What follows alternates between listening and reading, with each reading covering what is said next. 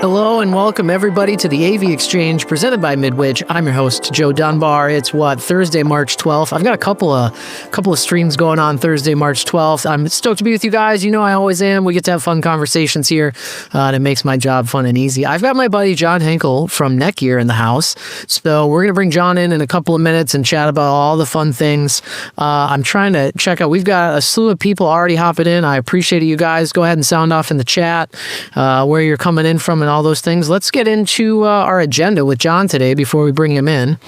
We're going to bring John in a couple of minutes. He's from the team at Netgear, so we're probably going to talk. I'm going to ask John about ISE recap because it's definitely trade show season. I always want to know what everybody's up to and what they've got going on. There's some new 4350 switches coming down the pike, and obviously I would be shocked if that isn't where most of our time is spent, but one of the things we're going to hit on today. And I know John and I were talking about Netgear Engage and AVOS and a couple of things in a conversation recently, so we're going to dive into some new features there.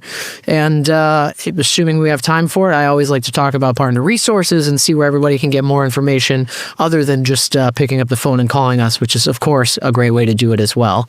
Before we do that, a couple of housekeeping items. For those who know, you guys have done this before, but those of us who are new, a couple of quick things. One, please use the Q&A for questions and the chat from discussion. I see Steve's calling from Chicago. We got some people from LA. Steve, Seattle.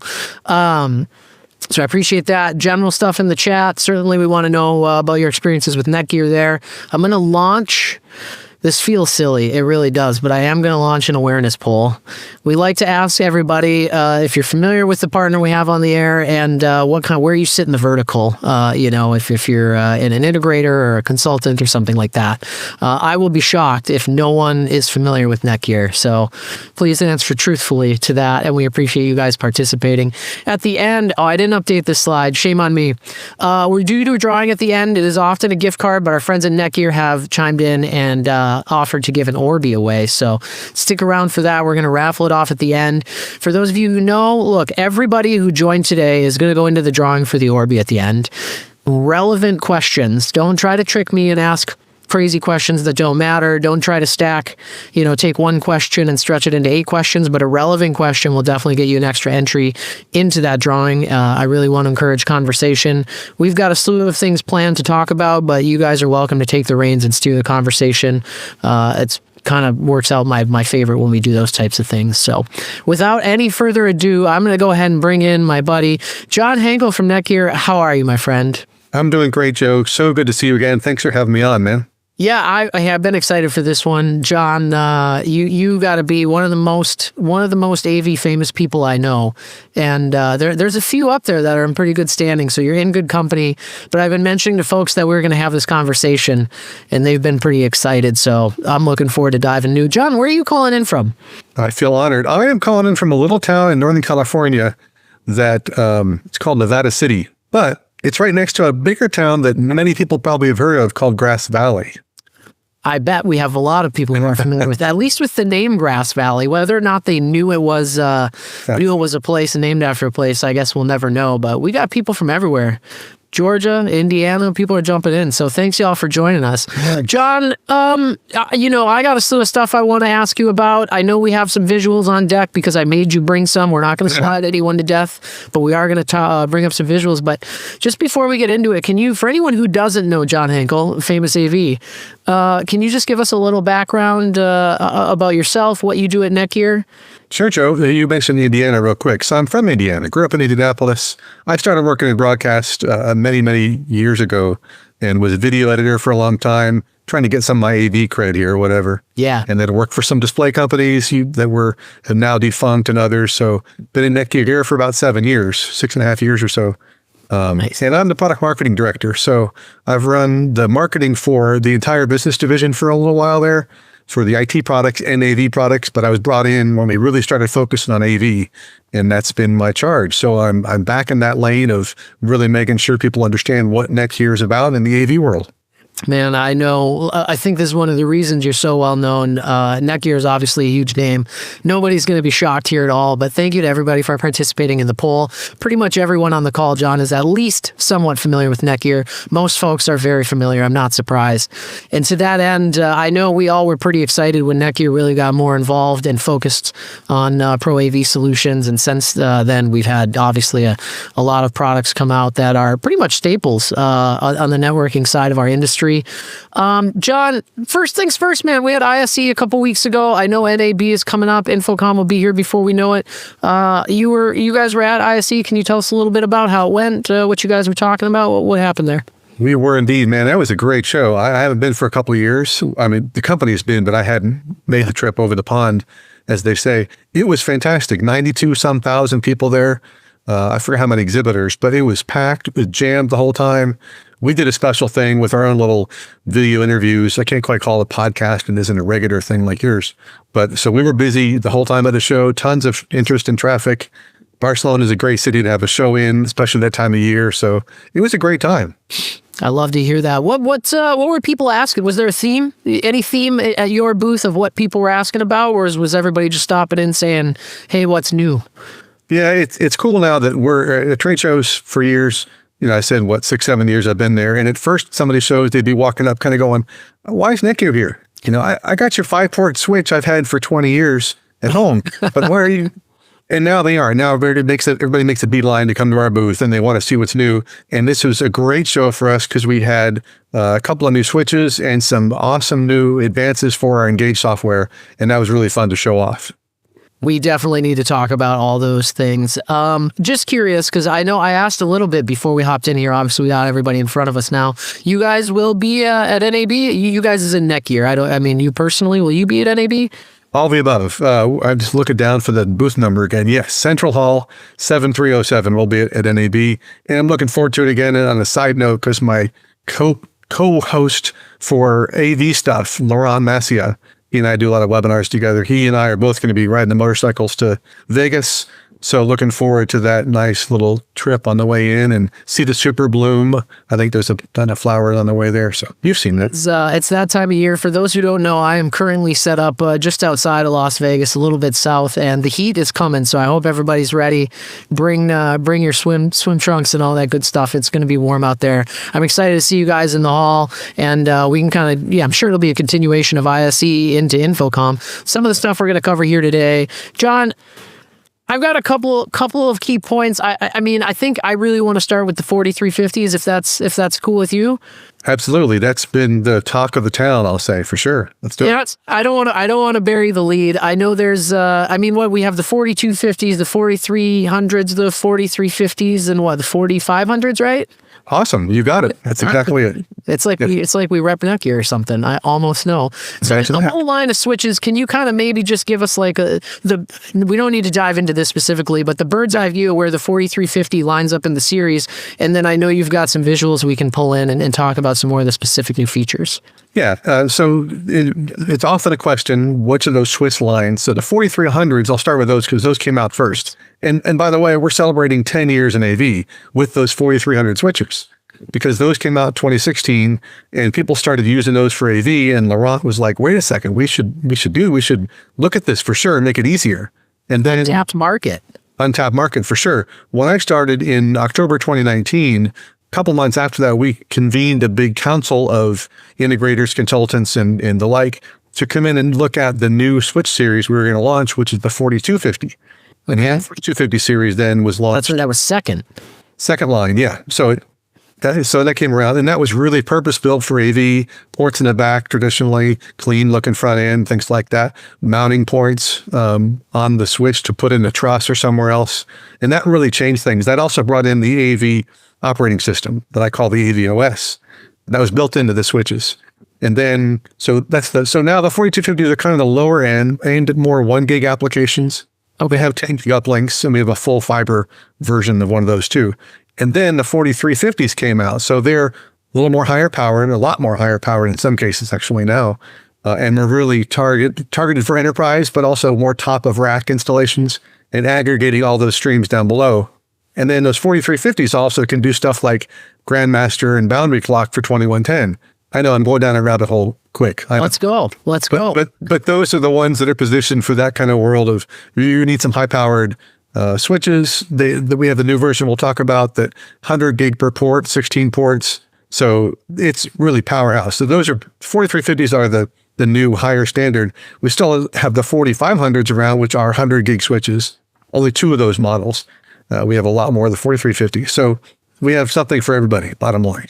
Yeah, really. And that's kind of what I asked about it, right? Like it's important for us. Oh, my bad, switch here. It's important for us to really understand the lineup, especially I have a fair amount of networking experience, certainly not deep networking knowledge. I think like a lot of people in the AV space in general, and I'm assuming on this call, have networking experience by necessity as the industry has kind of pushed us that way, and that's all great. But it's like we know enough to get in trouble, but getting some perspective from you, obviously we can say, look at the numbers or something and say this is kind of what the range looks like, but understanding kind of where they slot is helpful and definitely puts things into context for me anyway. There's some new features and new switches coming. I mean, I want to know about all of them. So what can you tell us about everything new in the 4350 world? We'll do that. Well, if you want to run the video, it gives people little tunes of what's coming up, and then we'll talk about the details if you want to do that. Pro, John. You're such a pro. I forgot we had the video, so let me cue that up and give you... Introducing the next evolution of the Netgear M4350 series. Purpose-built for live production, broadcast, and mission-critical AV environments, scaling to thousands of endpoints. Built on the enterprise-class design of the M4350 series, now with more bandwidth and tour-grade performance. Rugged, lockable Neutrik EtherCon, OpticalCon, and PowerCon connections. Redundant power supplies. Per-port multicolor LEDs. And high-capacity fabrics with 25 gig and 100 gig uplinks. With modular interface cards, M4350 adapts to your workflow, supporting fiber or copper today and future connectivity tomorrow. And a new high-performance model with 16 100 gig ports, ideal for larger installations aggregating hundreds of streams. At its core, the revolutionary Netgear AVOS and the intuitive Engage controller.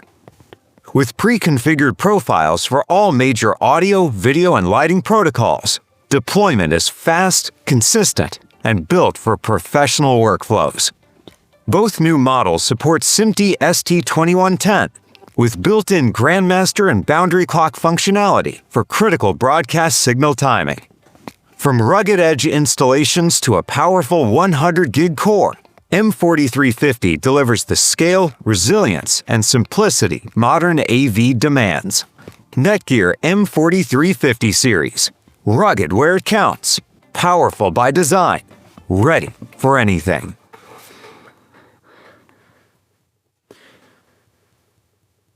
John, 25 gig and 25 gig and 100 gig uplinks? Yeah. Crazy. Because I'm not like a native networking person, right? And I've kind of had to learn by necessity over the last decade or whatever. I think some of the numbers maybe blow me away what we're capable of now, because the systems that we're spending a lot of time on, there's certainly a lot of bandwidth, you know, that we're calculating AV over IP systems that might have, say, 100 endpoints or something like that. But this is next level, man. That's crazy throughput and bandwidth. Bonkers. And what I've realized is that we no longer talk about 1 gig versus 10 gig streams, right? It doesn't matter as far as that goes. So when you start looking at 110 gig streams, well, yeah, but 1 gig has come up so highly as far as quality that it's moot point anymore. But You guys are not talking about 10 gig and 1 gig. Now I got to get comfortable with that just being the same thing. You're leading me in there. I got a couple questions queuing up. Now I'm just thinking about a world where like 1 gig is essentially equivalent to 10 gigs. And now we're going to be into like what, 10 and 100 gig conversations, or 1025 or something, I suppose. Well, it's also kind of like a what is broadcast quality conversation too, because right, that used to be a thing, a special thing, and now people are used to doing all this stuff streaming, and the quality's great, and it's good enough, or it's great. It's fine. John, that does raise an interesting point. I don't want to sideline too hard here, but I do want to talk about this for a quick second because we're here doing this whole stream entirely remotely. I don't know what you're using. I do have a pretty fancy camera, but at the end of the day, it's whatever, a 6K sensor that is eventually being squished down to 1080p or 720p. And even on national news broadcasts, we see people chiming in as remote guests using their iPhone and earbuds. So the question of like what is acceptable has certainly morphed a little bit because it seems like average people are now getting to decide like we'll watch this, so this is acceptable. Maybe when the highway was a little more closed and gated off in the past, it was maybe folks like you and I deciding what was acceptable and what wasn't acceptable, and our standards are going to be a little bit different. Yeah, definitely. And you're right. We could sideline on this. We do a whole show on this. Maybe we should do that sometime. I was just thinking, I was like, man, this is a whole topic we could dive into. Yeah. We've got some switches to talk about. Yeah, so let's dive in. We've got some visuals. I'm caveating everybody here. I made John bring some slides. He didn't want to. I like visuals. Yeah. I like visuals to talk along with, and especially when we get into the weeds talking about technical specs and stuff like this. So, John, I'm gonna get these questions in order. I'm gonna let you just talk for a minute about all the new stuff in the 4350s, and I am gonna ask about timelines at some point. I know there's a question mark on those, but let's get into them. Let's take a look. Yeah, I mean, just real quick on that note too, we don't talk about products we're not going to deliver within 6 months or that, I've worked for companies where it's been almost 2 years, but I won't name who that company is. But so anyway, and we have here is what you're saying. Yeah. It'll be here for sure. So 2 models introduced, top to bottom, that 16-port 100 gig switch. And then the one below is really cool, great for live events, stage, touring, all that stuff. Broadcast is the MSM 4320. It's got 16 ports, and you see the EtherCon in the front. If you recognize those, you probably do. But obviously, the applications are wherever you want to use them, but really focusing on some of these as you see on the screen there. And then the top new features, and some of these have been on previous switches, but on the switches we've come out with what we called phase 3 last year, we have what we have now the multicolor LEDs, right? So when you are in the Engage software and configuring a VLAN, you can give it a color. So you could give it the whatever, Coke red, whatever. And that color is now reflected on the LED below that port. So that's pretty sweet. So you can say, hey, Joe, go plug these into the blue ports. And if you're not too colorblind like I am, then you'll know which ones are the blue versus the purple ones maybe. But that's a good choice. I have a red-green color deficiency, so in there, blue's a good choice. I honestly, John, I think a lot of us have experience, being in the field, deploying solutions, and a lot of times, you might have a lead tech or a programmer or a deployment manager, somebody like that, who is doing more of the rack deployment. You have kind of standard technicians, maybe hanging things, running cables, and doing things like that. And a lot of the times, asking those folks for help, it really depends on their level of knowledge and how comfortable they feel. And obviously, they shouldn't. They should learn those things, and that's great. But I could see this making deployments a lot easier. And honestly, for how many cable connections can happen in a rack, just add of glance, maintenance and things like that. This would be a wonderful small feature that adds a lot. And you know right away which ones are covering Dante, which ones are covering 2110, whatever. But yeah, the one switch, you're like, well, just one switch, no big deal. I can see which one is port 1. But when you have 5, 10, 20 switches, a little harder. So that's cool. And I think that's going to be the case on all of the newer switches from here on out. We're going to have those multicolor LEDs on there. So that's cool. That's a nice touch that, again, it's small, but even by in the AV world, I know moving the ports from one side of the switch to the other because of how our racks are built and stuff like that, that made a huge difference. People loved that. So I could see this really getting used. I like quality of life features more than a lot of other stuff, to be honest. We're trying to listen to people. I think both these switches and for that matter, the Engage feature we'll talk about coming up too, really came from our user base. We've been in this world long enough now to hear lots of comments, of course, all good. Well, only constructive. Good. Yeah. But they teach us. I mean, we convened a tribal unit, if you will. When we first came out with the 4250s, we convened a bunch of integrators and consultants to see if we're doing this right. And that's the key. I think we're trying to listen to our actual end users. And all this stuff you're seeing here today came from that.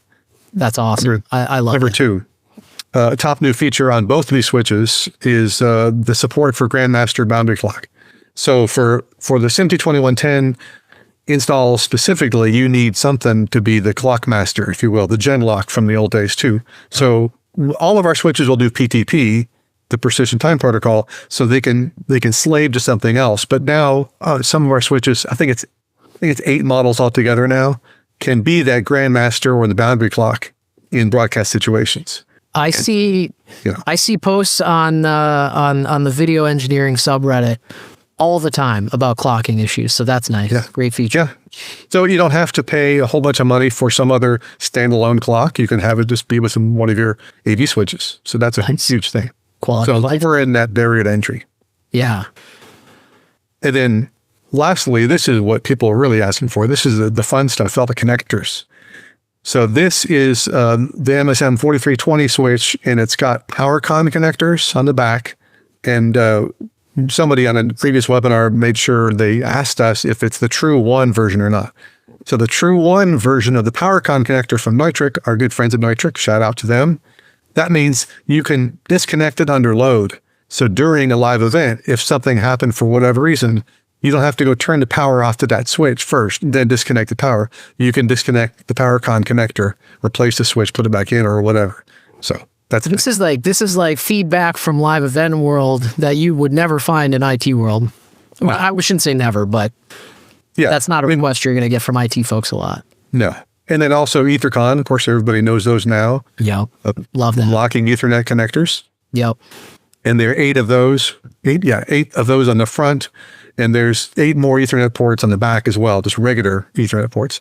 But the EtherCon, and then we have the optical con for fiber. And I'll show you that in a second through a card slot. So the optical con, we have one for single mode or multi-mode fiber, depending on what you're doing. And I'll get there in a second. Is it the next slide? Now, I'll show you in a couple slides. Let's just go ahead. I'm going to jump ahead. We can hop around. It's casual here, John. The interface card. So that switch has an interface card slot on it that allows one of 4 cards. We'll give you the SFP card, the upper right there. Yep. From the factory. So you buy the unit, the switch on its own, you'll get that card built in. But if you don't want to use that, you go back to Ethernet if you want, standard 4 ports on that. Or you can get one of those 2 on the bottom, like I mentioned, optical con. So you see in the card there, you can put your own transceivers in there, your own modules in the card. Modules, sweet. And then single mode or multi-mode, like I say, then the optical con, it's a quad connector. So that breaks out then to, well, quad stands for 4. So that's pretty obvious. 4 different connections on that end. So it's locking again, optical con connectors locking. So you can then run those long cable runs with the fiber or get the higher bandwidth, as it says, 10G or 25G uplinks. John, do you guys, is it a production maneuver to do this to make things a little more flexible so that we don't have to have 100 different models depending on like what the connectors are? Is that kind of the thought process here? Or just trying to make the line more accessible, more flexible? Yeah, I think it's both, really. I wasn't involved in those discussions, but that's obviously what it is. Yeah. Give people the option.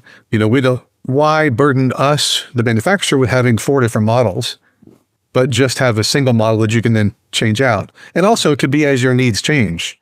For a rental and staging, right? You may have 1 gig that you don't need the fiber modules for. Fine, put in the Ethernet card. You're good. Yeah. Or another one, you put in the fiber card. Specifically, I'm thinking like live event and production houses, especially where they need their hardware to be a little more flexible. I think that's a nice add.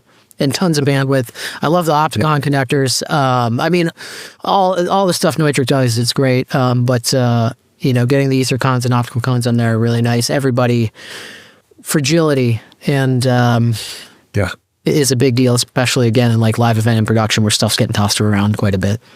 So that's a fun one to show. And by the way, this guy does have a second power supply too, for redundancy or for more PoE power. So I've been running personally in the fixed install world, right, to way more high power consumption, high PoE power consumption devices, which is awesome. I love that we're getting it, but way more devices now. They go, oh, you can power this on the network, and nobody stops to think that like you've got 10 devices here that all need PoE plus or PoE plus plus, and maybe you have 10 ports, but that doesn't mean your switch can power all that stuff. So that's a monster of a switch right there. And we have bigger switches that have more PoE power too, because we know that. And PoE plus goes up to 90 watts per port. Right. So it's a ton of power there. So you got to have the budget, like you say, behind the scenes to cover that. So this is all in one freaking switch. It's pretty phenomenal. Nice. I'm getting a couple questions here. I guess let's go back to this one from Corey and kind of start there. Corey just wants to know what the backplane capacity of the new Switch and Series is. No, good point. And it's been asked before, some Switch manufacturers limit that. Say, great, it's got 16 ports of 100 gig, but you can only go through, 600 gigs at once. No, this is full up. The backplane supports every port being maxed 100 gigs, so not a problem there. Wow. Pretty substantial. Great question, Corey. Another question, we got a couple Corys in here today. How about airflow, cooling? What's kind of the thought process there? Is it fan based? Is there heat sink? What's the method there? Yeah, these are fan based for sure. With the power and everything on these guys, of course, you're gonna need some fans. Absolutely. So they are fan based, and you can see them in the back there on the bottom of this shot here. Yeah. Right there. But we put them through the paces and make sure that it's fully loaded up. It can handle all this stuff. I don't have the specs off the top of my head for fan noise, things like that. But I know Laurent has been working, especially for some of these more for live events and broadcast, to try to bring the fan noise down as low as possible. So he's aware of that stuff, and our engineers have tried to bring that down. Isn't that always the thing? Yeah, we need 1,500 watts of power. We also needed to not make any noise, which means you can't make any heat. They're kind of at odds. I imagine, I guess I'm making some assumptions here, maybe you can confirm for us, the cooling paths, this looks like rear to rear probably, where one side is pulling and one side is pushing. Are they going to vary based on the models, I'm assuming? Yeah, good point. I don't actually have that off the top of my head. I figured you may not, but I know even in seeing the other ones, like some of them appear to be side to side and the other ones appear to be like rear to rear or something like that. So it would surprise me. That's a little in the weeds, but shout out for Corey on that question there. But dude, if you want to go in the weeds, Laurent our product line manager, will go in the weeds with you. His data sheets are like crazy deep. So if you can go to netgear.com/M4350, you'll see a list of the switches and you can download the data sheet and he'll go in the weeds there. It's all there, I'm sure. You can see me literally. Anytime somebody mentions a web cell, I've gone through some of these right now. I'll drop the link in the chat. I like to do that for the folks as we're in here live. Oh, I didn't do that yet. Yep. That's all right. So those are new. And these switches, by the way, both of these aren't quite shipping yet. The 16 gig, 100 gig port is coming a little sooner than this guy. I might bust your chops a little harder in any other situation, but John, I know that you guys are pretty good, like you mentioned earlier, about not introducing products that are going to be years away. So I know that if we're talking about this, it's pretty well around the corner, and you guys are showing these off at shows and whatnot. It's not like we're trying to wave something in the air, but I would anticipate that we should see these. We're hoping obviously this year still, summer, fall. Oh, more than before summer, certainly before the end of the year. No, they're imminent. Just trying to solve some problems. They're trying to be really good, of course, about getting stuff out before it's ready. So we're not going to push these out until they're ready. I realized I forgot to bring up too, as I looked at the other slides here. There's a couple more cool things I forgot to mention too. Please. Yeah. One of them is that those Ethercon connectors are field serviceable. Oh, nice. So if something blows, if like you mentioned, you had a little USB plug pull out recently, whatever else broke off. If you have one of these Ethercons crack out in the field, you can get another one and open the top and plug it in. On the inside, it's just an Ethernet connector. That's so awesome. An Ethernet pass through. Yeah. That's so cool, man. That's literally as we're hopping into here, John mentioned this, so I'll just say, as we're hopping into here, I use a camera that uses, and I can't remember because I get them mixed up. I think it's mini HDMI to HDMI, and it snapped right off in the port. Luckily, I was able to get it out with some needle nose pliers. That happens frequently. And again, I think this is kind of more in the world of like event production, live and post. Absolutely. Where these things are maybe not in a rack that's up off the ground. They're probably in a rolling case that's a little bit lower to the ground and gets moved around quite a bit. That's a very real problem. I love to see that. It's just a beautiful thing. I've said quality of life a couple times on our call already, and like I feel like I could say it every time you mention a new feature. These little things are big ones for me. This was another one I wanted to ask you about. Go ahead.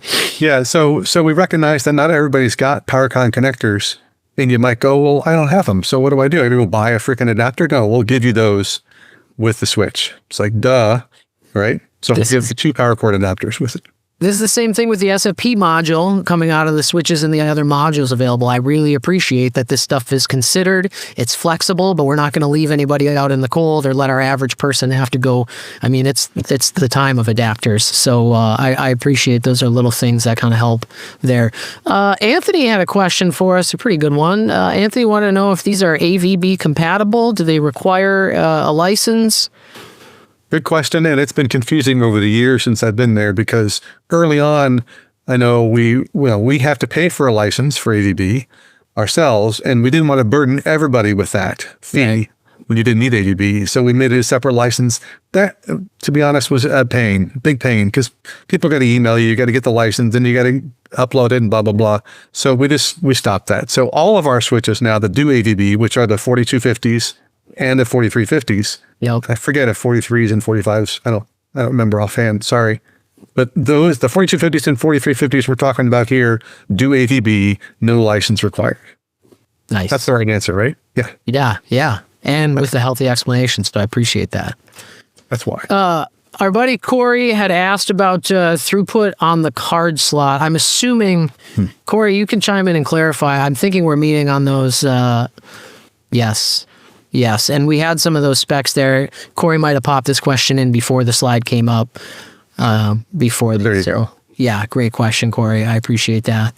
John, I don't want to, anybody keep popping your questions in. We appreciate them, guys. It's certainly, like I said, I'm happy to defer the conversation to the audience.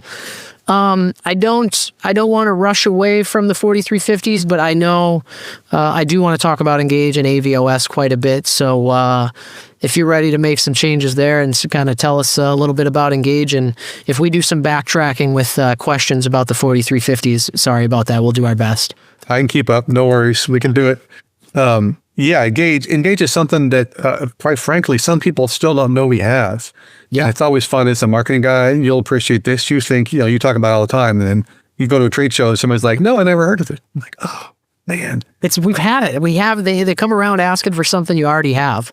Did it just come out? Yeah. It's been out for 2 years. So a quick history on the Engage software. When we launched those 4250s with that AVOS built in, so you log in the switch and you see OAB or the regular IT GUI, that was in each switch. So if you got 4 switches, you have to log into each switch. We quickly heard that's a real pain, so don't do that. Please, don't make me do that.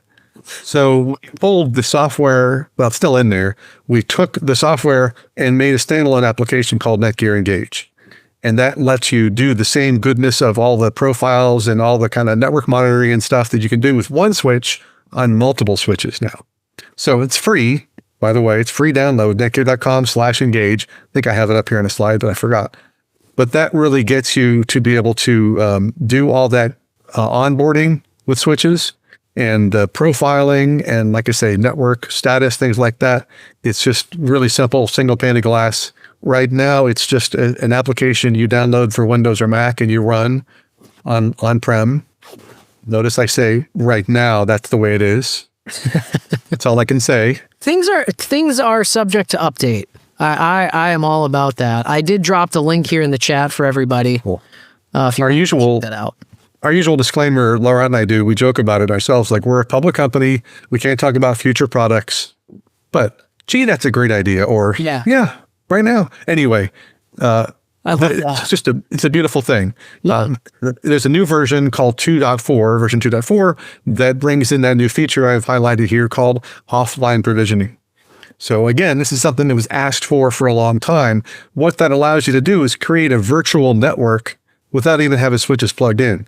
So in your lovely abode there, Joe, you can actually configure your network for use in 2 weeks or a month from now and sit there and use a virtual switch. And with any of the models of switches that we support are there in a pull-down menu.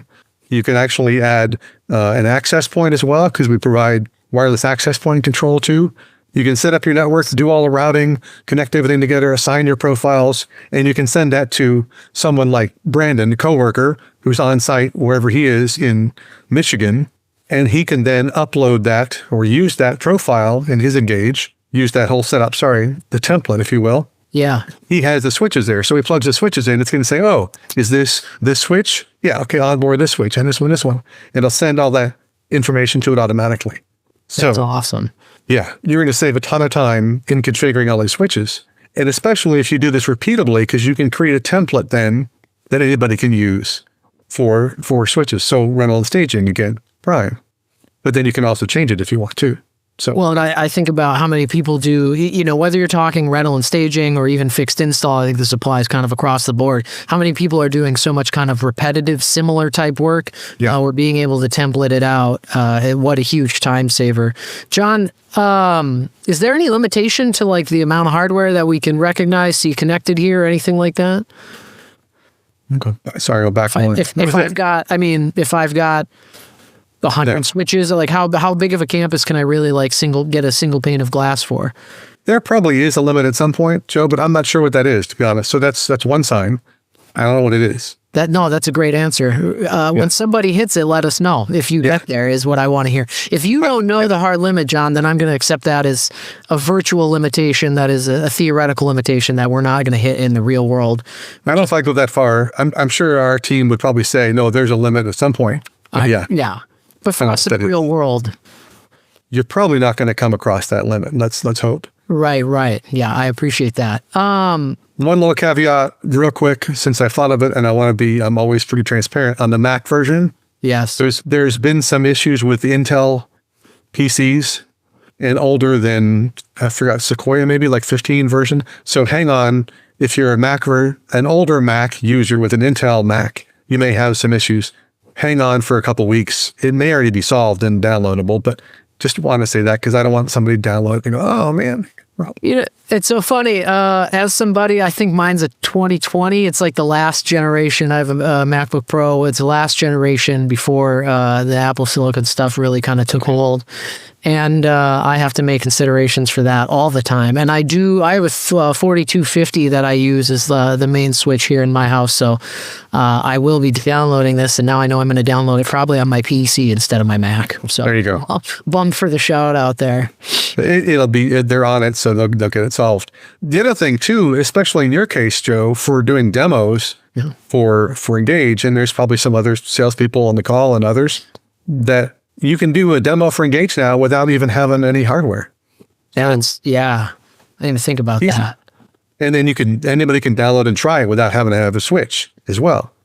So future customers download it and play with it. You got virtual switches right there.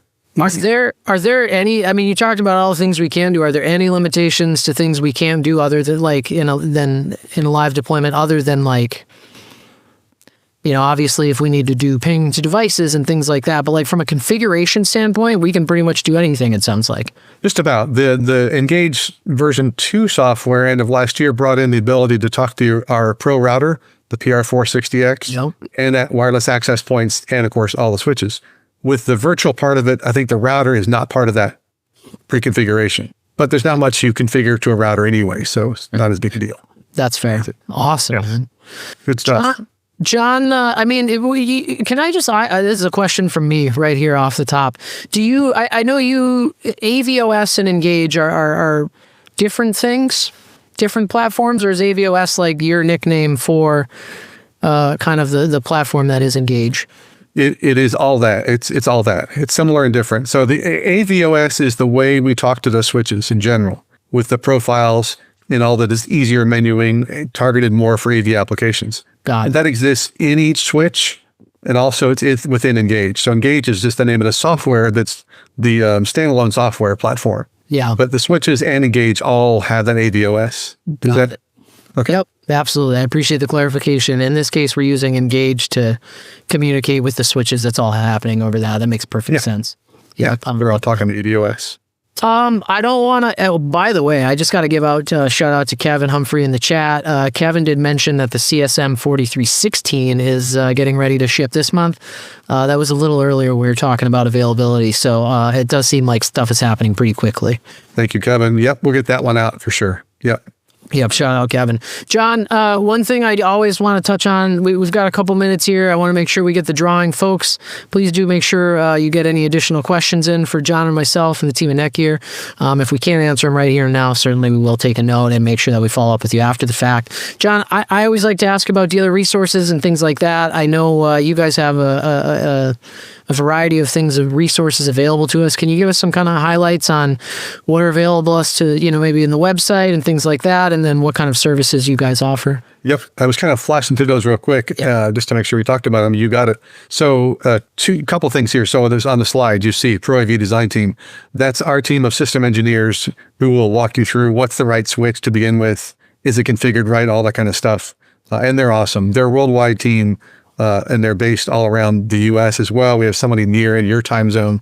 Email that group, and whoever is free will take it on. So there's no phone number to call, but just do that. And they know they've been doing this for a long time. These are IT trained system engineers, and now most of them been doing AV for 5, 6, 7 years now.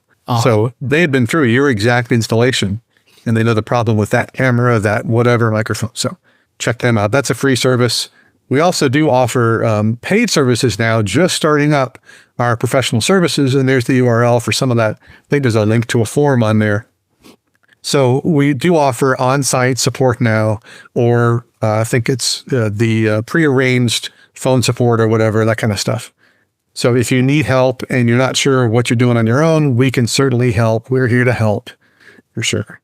John, you already know I'm dropping this link in the chat because I'm that kind of guy. I like to make it easy for everybody. I just don't, I'm trying to figure out how to emphasize your point here without sounding like a huge cheerleader or something. Customer support is so important. And I just want to point out highlight something that you pointed out, like being able to get on the horn with somebody is a big problem. Yeah. I think a lot, not just in our industry, but kind of in the world today. Everybody's tech support wants to my dog's joining us. Everybody's tech support wants to push us to a ticketing system or something like that. And being able to find a team that's flexible enough to work with you when you can be on site is huge. So yeah, that's it's all AI based. There's no human. No, I'm kidding. Don't use that. I said that, John. You gave me a heart attack. But it is. I mean, these guys and girls, women, we have phenomenal people, and they do some of the training on site as well as tech support kind of stuff as well. And it's almost too much of a good thing. They almost got overloaded. So we keep adding more people to the staff, actually. You talk about too, we do this with video walls a lot because a lot of people maybe are new to the technology. They want to so the manufacturers offer the service and they offer it as an opportunity to do training.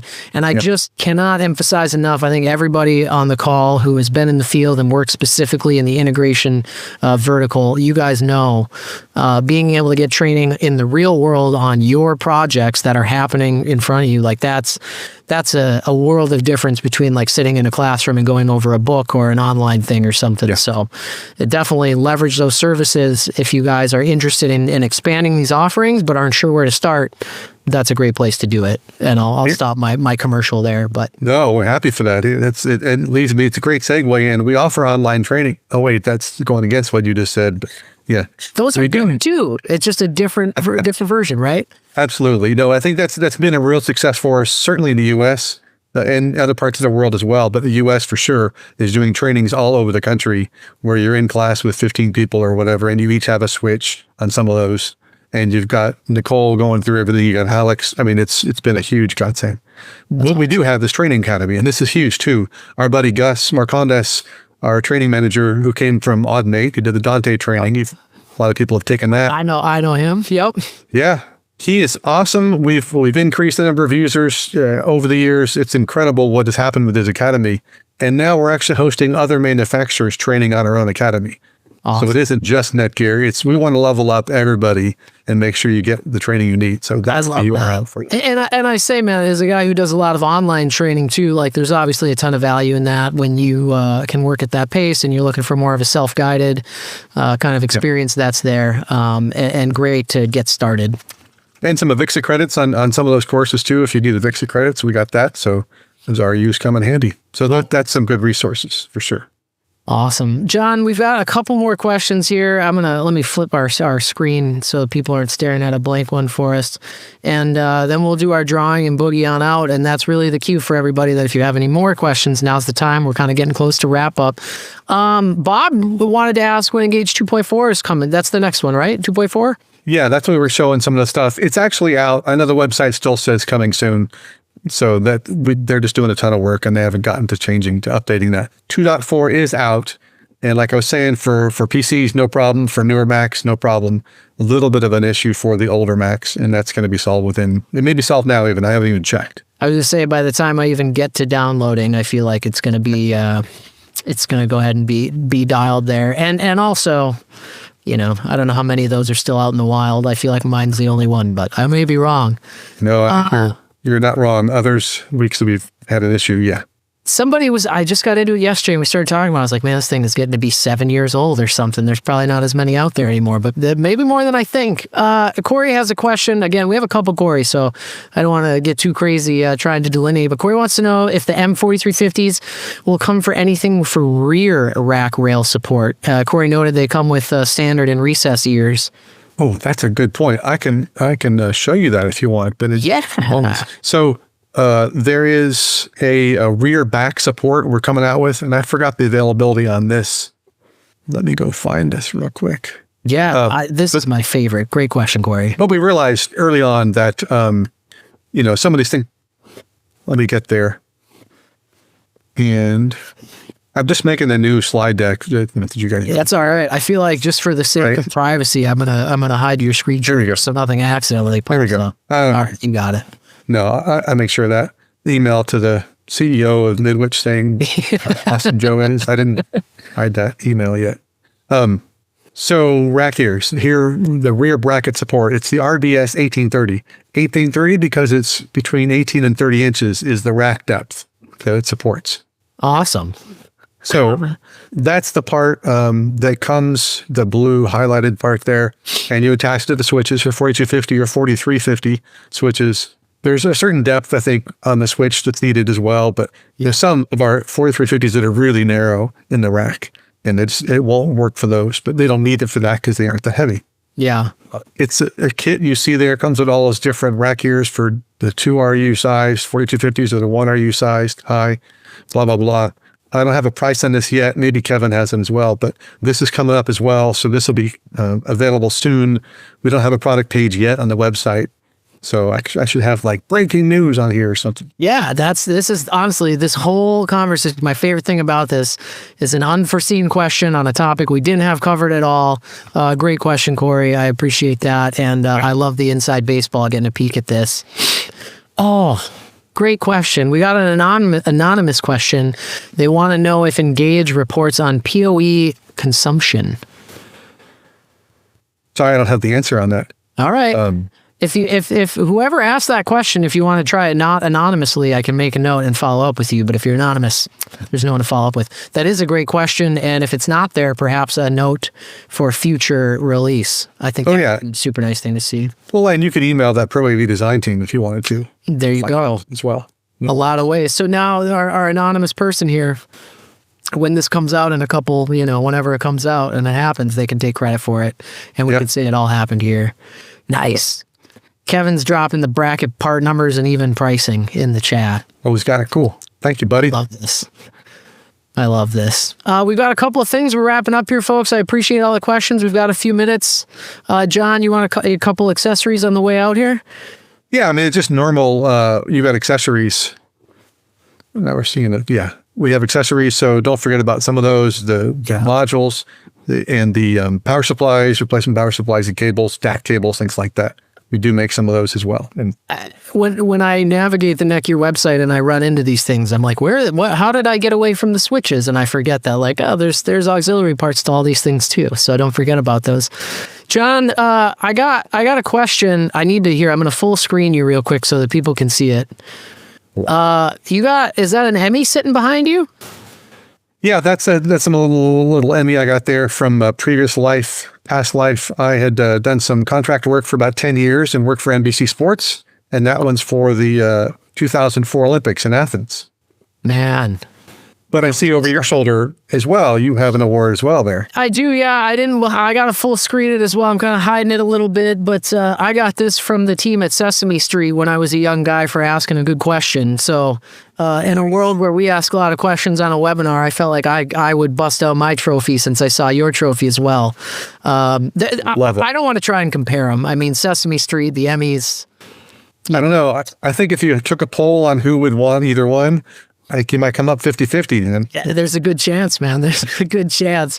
John, we're getting wrapped up here. I guess I just want to ask you and give you the opportunity on the way out the door. There's some upcoming trade shows we've talked about. I'm sure I know I'll see you at NAB. I'd assume Infocom. Yep, absolutely. And where, if the people want to connect with John Henkel, I've read a lot of stuff that you've written and all that. Where can we find you on the internet? LinkedIn's probably the easiest. Find me there. That's easy.